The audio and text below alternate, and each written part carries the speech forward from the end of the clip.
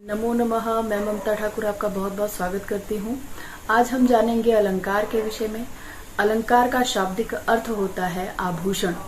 जिस प्रकार से किसी स्त्री की शोभा को बढ़ाने में अलंकार यानी कि आभूषण बहुत सहायक होते हैं, उसी प्रकार से काव्य के सौंदर्य को बढ़ाने में अलंकारों का बहुत ही महत्वपूर्ण योगदान होता है। काव्य की शोभा तभी होती है जब उसमें पाठक रुचि लें, और पाठकों की रुचि के लिए उसमें अलंकारों का होना अत्यावश्यक है, तभी कोई काव्य रुचिकर लगता है। तो अलंकरोति इति अलंकार, ऐसा संस्कृत में कहा गया है, अर्थात जो अलंकृत करे, जो काव्य की शोभा को बढ़ाए, वो अलंकार कहलाता है। अलंकार में हम आज शब्दालंकार और अर्थालंकार दोनों के विषय पर चर्चा करेंगे। अलंकार के दो भेद माने गए हैं, शब्दालंकार और अर्थालंकार। अर्थात जब अलंकार में शब्दों के माध्यम से चमत्कार उत्पन्न होता है तो वो शब्दालंकार कहलाता है, और जब अर्थ के माध्यम से अर्थात काव्य में अर्थों के द्वारा चमत्कार उत्पन्न होता है, और चमत्कार का अर्थ है कि काव्य में सौंदर्य वृद्धि होती है जिसके कारण पाठक को रुचि आए काव्य पढ़ने में, वो अलंकार है। तो यदि अर्थ के द्वारा पाठक की रुचि में अभिवृद्धि हो रही है तो वो अर्थालंकार है, और यदि शब्दों में चमत्कार या शब्दों में सौंदर्य नजर आ रहा है और पाठक की रुचि में अभिवृद्धि करने के लिए, पाठक की रुचि को बढ़ाने के लिए वो काव्य में सहायक के रूप में दृष्टिगोचर हो रहा है, तो उसे कहेंगे शब्दालंकार। तो शब्दालंकार में सबसे पहले हम पढ़ेंगे अनुप्रास अलंकार के बारे में। तो अनुप्रास अलंकार वो अलंकार होता है जिसमें वर्णों की आवृत्ति के द्वारा काव्य में चमत्कार उत्पन्न किया जाता है। अर्थात उसी तरह से मुदित महीपति मंदिर आए, यहाँ पर भी म वर्ण की बार बार आवृत्ति हो रही है। तो इस प्रकार से हम कह सकते हैं कि अनुप्रास अलंकार में काव्य की शोभा में वृद्धि होती है वर्णों की पुनरावृत्ति के द्वारा। अर्थात जब कोई वर्ण बार बार उनकी वर्णों की आवृत्ति हो रही है तो वो कहलाता है अनुप्रास। पूत कपूत तो क्यों धन संचय, पूत सपूत तो क्यों धन संचय। अब यहाँ पर देखिए बहुत से वर्णों की आवृत्ति हो रही है, तो जब आप परीक्षा में अनुप्रास अलंकार के विषय में लिखोगे तो आपको ये भी बताना है कि कौन से वर्ण की आवृत्ति हो रही है, जिसके कारण जो है शब्दालंकार के माध्यम से जो है काव्य में सौंदर्य वर्धन हो रहा है। तो अब बात कर लेते हैं यमक अलंकार की। तो यमक अलंकार में क्या होता है, जब कोई एक शब्द एक से अधिक बार काव्य में आता है, अर्थात एक से अधिक बार किसी काव्य में उसका प्रयोग किया जा रहा है, लेकिन हर बार उस शब्द का अर्थ अलग हो, कुछ और हो। जो एक बार जैसे पहली बार शब्द का प्रयोग किया गया है तो उसका अर्थ कुछ और होगा, वही शब्द जब दूसरी बार आता है तो उसका अर्थ कुछ और होगा। काली घटा का घमंड घटा। अब यहाँ पर देखिए घटा शब्द आया, काली घटा का घमंड घटा। अब जो पहला घटा शब्द है वो काली बदरी के लिए इस्तेमाल किया गया, अर्थात काले बादल जो आते हैं, घटा उमड़ घुमड़ कर आती है, उसका घमंड घटा, घटा अर्थात कम हो गया।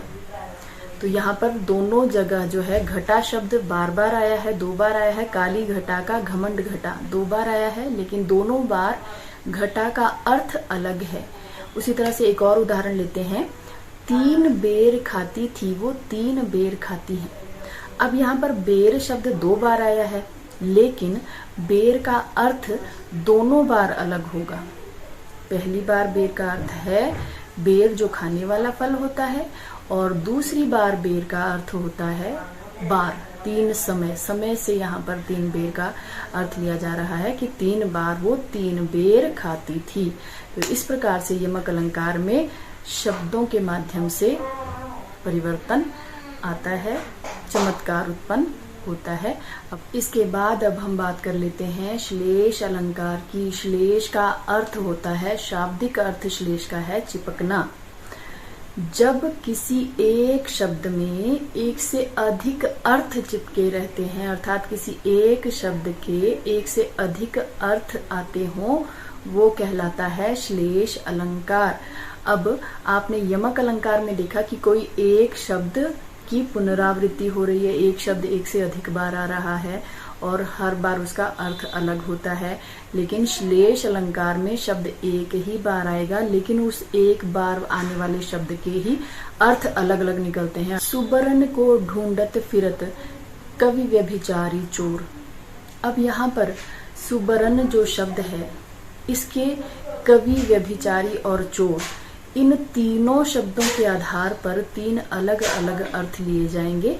जैसे सुबरन को ढूंढत फिरत, अब सुबरन को कौन कौन ढूंढ रहे हैं? कवि, व्यभिचारी और चोर, तीन लोग ढूंढ रहे हैं। अब कवि को सुबरन क्या चाहिए? अर्थात सुंदर अक्षर, वर्ण, सुंदर अक्षर।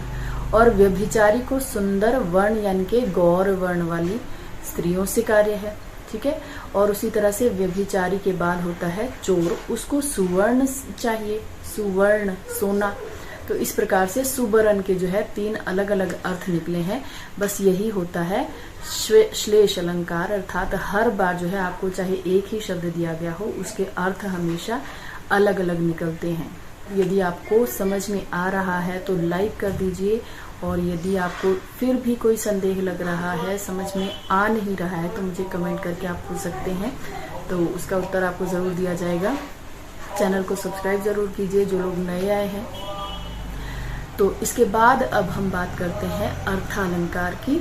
जब काव्य में अर्थ के द्वारा चमत्कार या सौंदर्य की उत्पत्ति होती है, उसे कहा जाता है अर्थालंकार। और अर्थालंकार में प्रस्तुत पर अप्रस्तुत को जो है जोड़ा जाता है।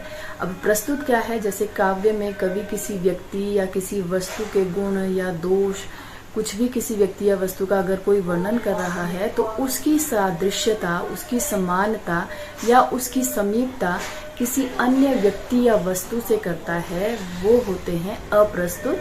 तो प्रस्तुत और अप्रस्तुत को जब आपस में जोड़ा जाता है, वो सब हम इनमें पढ़ेंगे कि अर्थालंकार में किस प्रकार से काव्य में चमत्कार की उत्पत्ति की जाती है। सबसे पहले हम पढ़ लेते हैं, किसी विशेष व्यक्ति या वस्तु की तुलना किसी अन्य व्यक्ति या वस्तु से करता है, अर्थात उसमें समीपता दिखाई जाती है, तो उसको उपमा अलंकार कहा जाता है। उपमा का अर्थ है तुलना। जब किसी विशेष व्यक्ति या वस्तु की तुलना किसी अन्य व्यक्ति या वस्तु से की जाती है। अभी मैंने बात की थी प्रस्तुत और अप्रस्तुत की, तो जो उपमेय है वो प्रस्तुत है। उपमेय अर्थात जिसकी तुलना की जाए वो उपमेय होता है, और जिससे तुलना की जाए अर्थात जो अप्रस्तुत है, जिससे तुलना की जा रही है, उसे उपमान कहा जाता है। उपमान यहाँ पर जैसे उदाहरण लेते हैं, सीता की आंखें मृग के समान चंचल हैं। अब यहाँ पर सीता की आंखों की तुलना किससे की जा रही है? मृग से, कि सीता की आंखें जो है मृग के समान चंचल हैं। अब यहाँ पर प्रस्तुत है सीता, यानी कि सीता होगी उपमेय, और अप्रस्तुत है मृग। मृग तो यहाँ पर नहीं है, अप्रस्तुत है। जो अप्रस्तुत है वो होता है उपमान, अर्थात जिसकी तुलना की जा रही है, जिससे की जा रही है, वो होते हैं प्रस्तुत और अप्रस्तुत। सीता यहाँ पर प्रस्तुत है अर्थात उपमेय है, और अप्रस्तुत यहाँ पर है मृग, और मृग को हम कहेंगे उपमान। उपमा अलंकार की पहचान है, इसमें सा, सी ये शब्द आते हैं। इसके बाद अगले अलंकार की ओर चलते हैं। दूसरा अलंकार है रूपक अलंकार। रूपक अलंकार और उपमा अलंकार थोड़े मिलते जुलते हैं, लेकिन अंतर क्या है? उपमा अलंकार में सा, सी ये सब शब्द नजर आ जाते हैं। रूपक अलंकार में ये शब्द, इन शब्दों का लोप हो जाता है। जैसे बीती विभावरी जागरी, अंबर पनघट में डुबो रही, तारा घट उषा नागरी। अब यहाँ पर देखिए अंबर पनघट, यहाँ पर रूपक अलंकार आ रहा है। तारा घट यहाँ पर रूपक अलंकार आ रहा है, और उषा नागरी यहाँ पर भी रूपक अलंकार आ रहा है। इसके बाद अगला अलंकार है उत्प्रेक्षा अलंकार। अत्यधिक समानता के कारण जब हम उपमेय में उपमान की संभावना या कल्पना कर लेते हैं, तो वो कहलाता है उत्प्रेक्षा अलंकार। और उत्प्रेक्षा अलंकार में कुछ वाचक शब्द होते हैं जिनके द्वारा आप बहुत ही सरलता से उनको पहचान सकते हो, जैसे मानो, जानो, जनू, जही, जैसा, इस तरह के शब्द आते हैं उत्प्रेक्ष अलंकार में, अर्थात काव्य की पंक्तियों में अगर ये सब शब्द आपको मिलते हैं, बहुत ही सरलता से आप उत्प्रेक्ष अलंकार को पहचान सकते हो। उदाहरण जैसे, उस काल मारे क्रोध के तन कांपने उसका लगा, मानो हवा के जोर से सोता हुआ सागर जगा। यहाँ पर मानो शब्द है, मानो शब्द से स्पष्ट हो रहा है यहाँ पर आया है उत्प्रेक्षा अलंकार। कुछ अन्य उदाहरण भी इस प्रकार से आप देख सकते हैं। अतिशय जमा उक्ति, इन दो शब्दों से अतिशयोक्ति मिलकर बना है, अर्थात अत्यधिक कथन। जब हम किसी बात के बारे में, किसी के भी बारे में हम बढ़ा चढ़ा कर बोलते हैं, अत्यधिक कहा जाता है किसी चीज के विषय में, तो वहां पर होता है अतिशयोक्ति अलंकार। जैसे हम उदाहरण देते हैं, हनुमान की पूंछ में लगन न पाई आग, लंका शीघ्र जल गई, गए निशाचर भाग। अब यहाँ पर अतिशयोक्ति कही गई है कि हनुमान जी की पूंछ में तो आग लगी ही नहीं थी और लंका जो है सुलग कर जल गई, जिससे सारे निशाचर भाग गए। तो यहाँ पर अतिशयोक्ति अलंकार हुआ है कि पूंछ में आग लगे बिना भला लंका कैसे जल सकती है। उसी प्रकार से एक और उदाहरण है, पानी परात को हाथ छुयो नहीं, नैनन के जल सो पग धोए। अर्थात परात का जो पानी था उसको श्री कृष्ण जी ने हाथ भी नहीं लगाया और अपने नैनों के जल से सुदामा के चरण धो दिए। यहाँ पर भी अतिशयोक्ति अलंकार सजीव वस्तुओं की सजीव वस्तुओं से तुलना कर रहे होते हैं।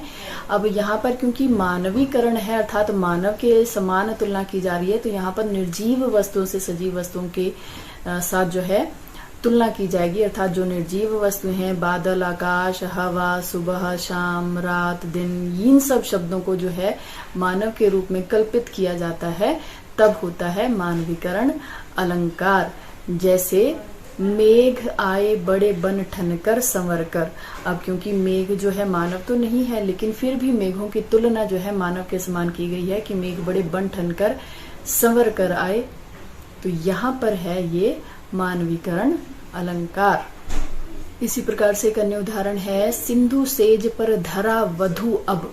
धरा को यहाँ पर वधु कहा गया, अर्थात धरती को यहाँ पर दुल्हन कहा गया है, इसलिए यहाँ पर ये है मानवीकरण अलंकार। मुझे इसके साथ ही वीडियो समाप्त होती है। वीडियो को अंत तक देखने के लिए आपका बहुत बहुत धन्यवाद।